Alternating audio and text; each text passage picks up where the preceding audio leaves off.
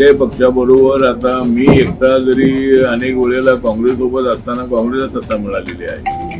मी काँग्रेसला सोडल्यानंतर काँग्रेसला सत्तेतून बाहेर जावं लागलेलं आहे.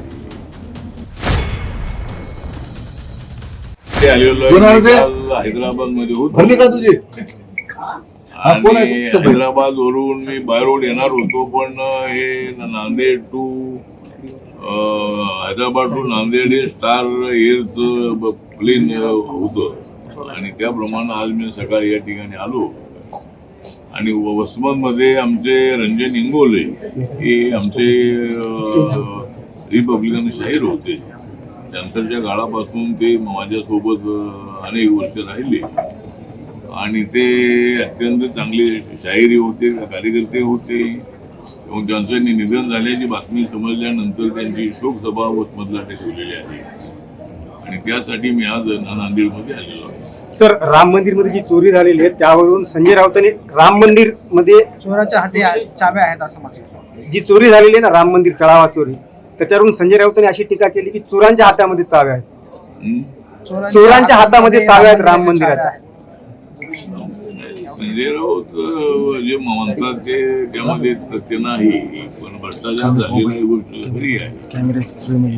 त्या ठिकाणी मोठ्या प्रमाणामध्ये 89 पासून त्या ट्रस्टमध्ये पैसे येत होते आणि त्यामध्ये मोठा भ्रष्टाचार झाल्याची माहिती समोर आलेली आहे. आणि योगी आदित्यनाथ यांनी SIT नेमलेली आहे, FIR दाखल केलेला आहे. अनेक लोक त्यामध्ये पकडण्यात आलेले आहे, अजूनही चौकशी सुरू आहे. आणि ज्यांनी अशा पद्धतीचा भ्रष्टाचार केलेला आहे त्या लोकांना कठोर शिक्षा होणं अत्यंत आवश्यक आहे.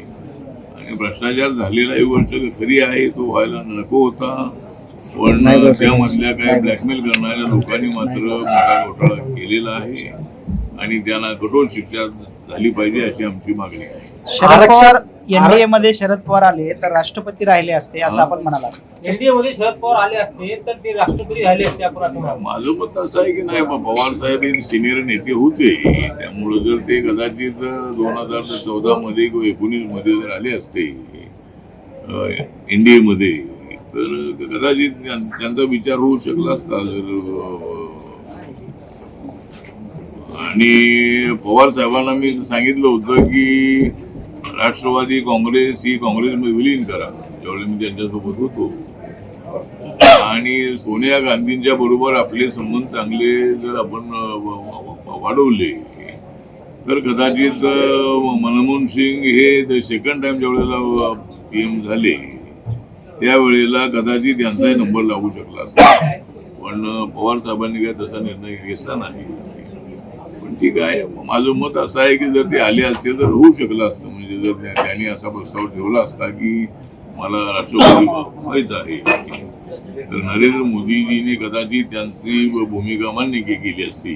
म्हणून माझं मत असं आहे की त्यांनी एनडीए मध्ये विकासाच्या मुद्द्यावर यायला काही हरकत नाही. मी सुद्धा विकासाच्या मुद्द्यावर मी इथे एकत्र आलेलो आहे. सगळ्या मुद्द्यावर आमची सहमती आहे असं अजिबात नाही आहे. आमचा पक्ष वेगळा आहे, BJP वेगळी आहे, पण विकासाच्या मुद्द्यावर आम्ही एकत्रित आलेलो आहोत. आणि विकास होतो ही गोष्ट खरी आहे. काही ठिकाणी विकास झाला नसेल त्या ठिकाणी लक्ष देण्याचा आमचा प्रयत्न नक्की राहणार आहे. पण म्हणून पवार साहेबांनी निर्णय घ्यायला हवा होता असं माझं पूर्वीपासूनचं मत आहे. आता याव का त्यांनी, आता चर्चा सुरू आहे ती विलीन होणार राष्ट्रवादी. जयंत पाटलांनी भेट सुद्धा घेतली. आता यायला हरकत नाही. पवार साहेबांनी जर निर्णय घेतला तर त्यांचे 8 खासदार आहेत, ते 8 खासदार सुद्धा आमच्या सोबत एनडीए सोबत येतील. त्यामुळे अजूनही निर्णय वेळ गेलेली नाही आहे. अजूनही पवार साहेबांनी निर्णय घ्यावा आणि एनडीए मध्ये त्यांचं स्वागत आम्ही करू असं माझं मत आहे. त्यांचा काय फायदा होईल आता एनडीए मध्ये आले? आता जर आले एनडीए मध्ये तर फायद्याचा विषय नाही. जे 8 खासदार आहेत ते 8 खासदार आमच्या सोबत राहतील. आम्हाला आमच्या सोबत मोठी मेजॉरिटी राहील. पवार साहेबांसारखा सिनियर नेता आमच्या सोबत येईल याचा आम्हाला अभिमान राहणार आहे. त्यामुळे ते आले तर आमचा एनडीएचा फायदा आहे. केंद्राकडून सर्वच पक्ष फोडले जातात. आधी आपचे 9 केंद्राकडून म्हणलं, भाजपाकडून बाकीच्या पक्षांचे खासदार फोडले जात आहेत. आपचे 9 खासदार आले, नंतर TMCचे आणि आता शिवसेनेचे.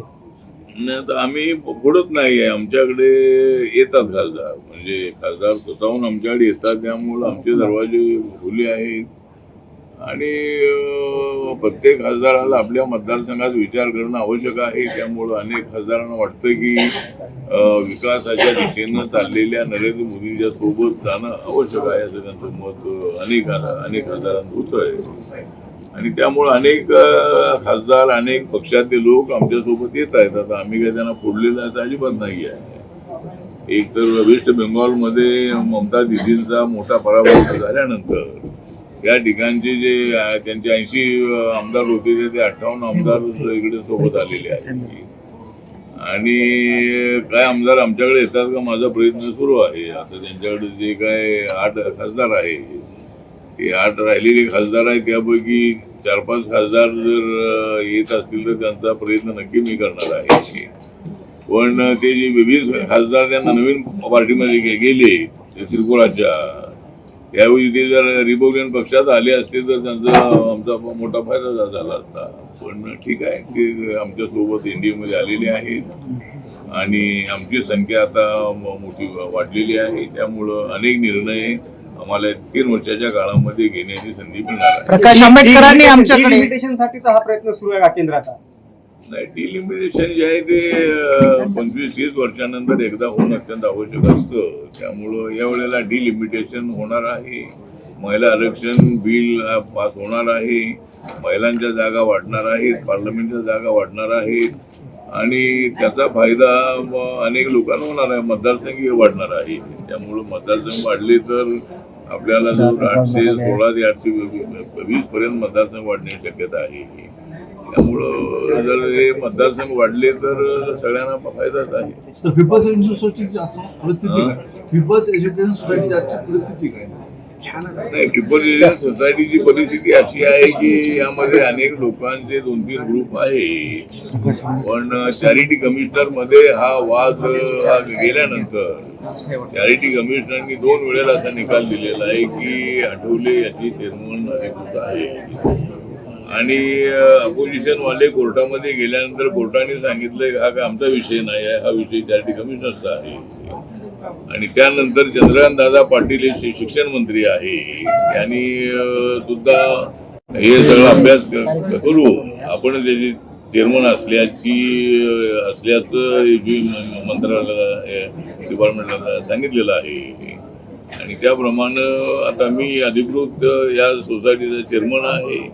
आमच्या सोसायटीमध्ये 1 लाखापेक्षा जास्त विद्यार्थी शिकत आहेत. त्यामध्ये छत्रपती संभाजीनगरमध्ये सर्वात जास्त विद्यार्थी आहेत, नंतर मुंबईमध्ये आहेत, महाडमध्ये आहेत, बोधगयामध्ये आहेत, बेंगलोरमध्ये आहेत, पंढरपूरमध्ये एक शाळा आहे, पुण्यामध्ये एक कॉलेज आहे. तर अशा पद्धतीनं ही व्याप्ती थोडी आम्हाला वाढवायची आहे.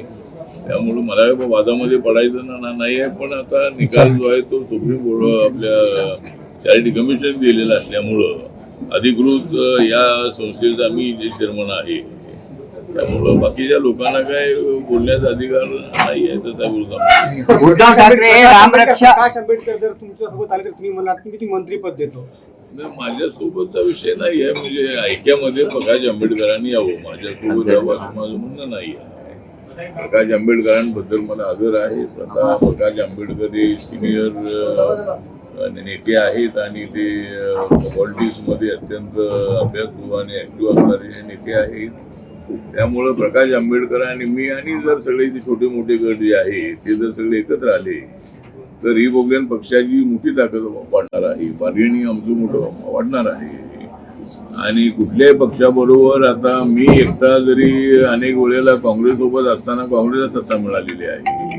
मी काँग्रेसला सोडल्यानंतर काँग्रेसला सत्तेवरून बाहेर जावं लागलेलं आहे. मी महायुतीसोबत आल्यानंतर महायुतीला सत्ता मिळालेली आहे. तर आम्ही सगळे एकत्रित जर आम्ही राहिलो, जर 1990 मध्ये आम्ही एकत्र आलो होतो, त्यावेळेला जर प्रकाश आंबेडकर, मी, गवई साहेब, कवाडे सर आम्ही जर एकत्र राहिलो असतो तर कदाचित 90च्या निवडणुकीच्या वेळेला शरद पवारांनी आपल्याला 30-40 जागा दिल्या असत्या आणि त्यावेळेला 25% तरी आपल्याला सत्ता मिळाली असती आणि जवळजवळ आपले 10-15 मंत्री होऊ शकले असते.